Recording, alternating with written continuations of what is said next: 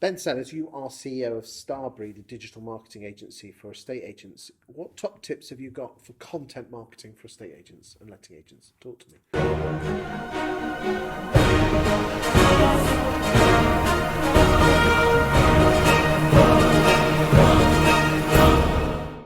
Well, first and foremost, you've got to work out what your brand story is. You have to have a story before you start spending any money out there. And then within that story, you can then start creating some creative ideas, some rich content. Okay. What the hell do you mean by brand story? Well, a brand story is what are you all about? What is it that makes you different from your neighbour? What is it that you do as a business? What do you believe in? But does anyone really care about that? I think they do. I think in reality, we all love the personal touch. We all love getting a motive. We love seeing people actually caring about their local environment.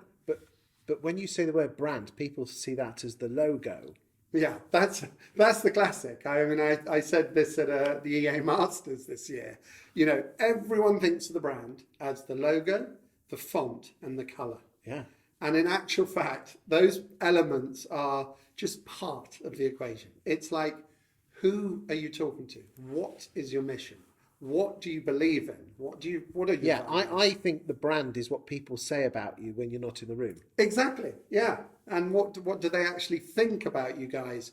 What do you want them to think about you? What do they want to remember you for? So stories are something people remember. I agree, because we're human beings. But what does that actually look like?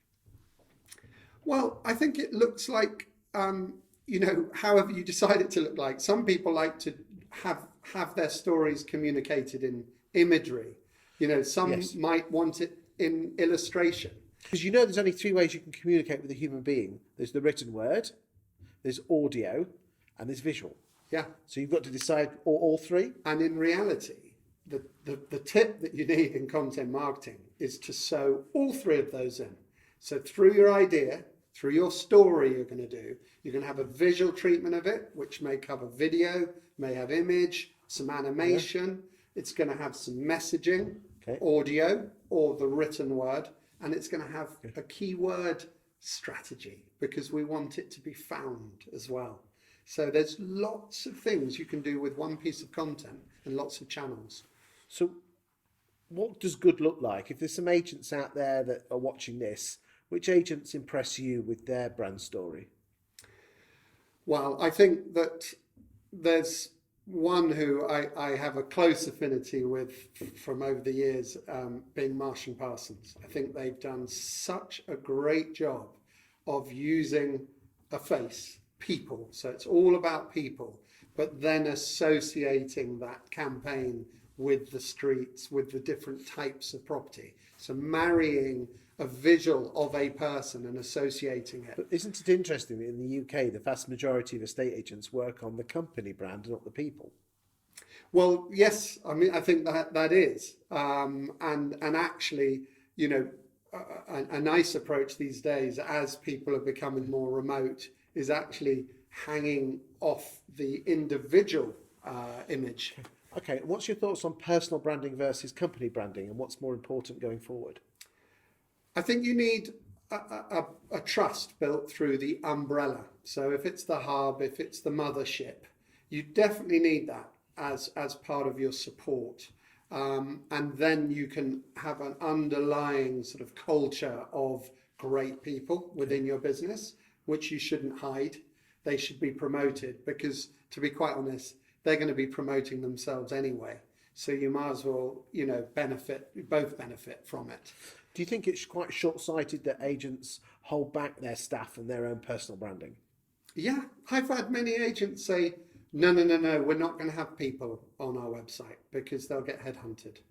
And I'm saying, no, they won't be headhunted if they have a great place to work and they're being treated really well. You know, that's a crazy thought. And I also say, but that's how I would say the vast majority of the businesses like that. And we're not just talking about putting names on websites here. We're talking about people actually chucking stuff out on their own personal feeds. I know a lot of agents that ban that. Yeah, well, I personally think it's short-sighted. I think that, you know, you should make use of all your channels. Fortunately, there are tools these days that are starting to come about where you can track this, because I understand there's an element of, well, there's obviously a big element of GDPR these days, protecting data and also protecting your own brand, that not the wrong messaging. I mean, for example, we've integrated WhatsApp for Business with one of our clients. The beauty of that is finally you can actually start seeing what people are saying within your business, whereas before, and to be quite honest, every day as we speak right now, people are WhatsApping their customers and back and forward, and the owners of the stakeholders have no idea. So I think that this social, treatment of social media, personally, we are in an element of sort of evolution. There may need to be some more tools to really protect it. But I personally say, a bit like sort of Napster in the music industry, just get on, because it will have a way of being sort of, organized and controlled in time. Thank you very much. It's a pleasure.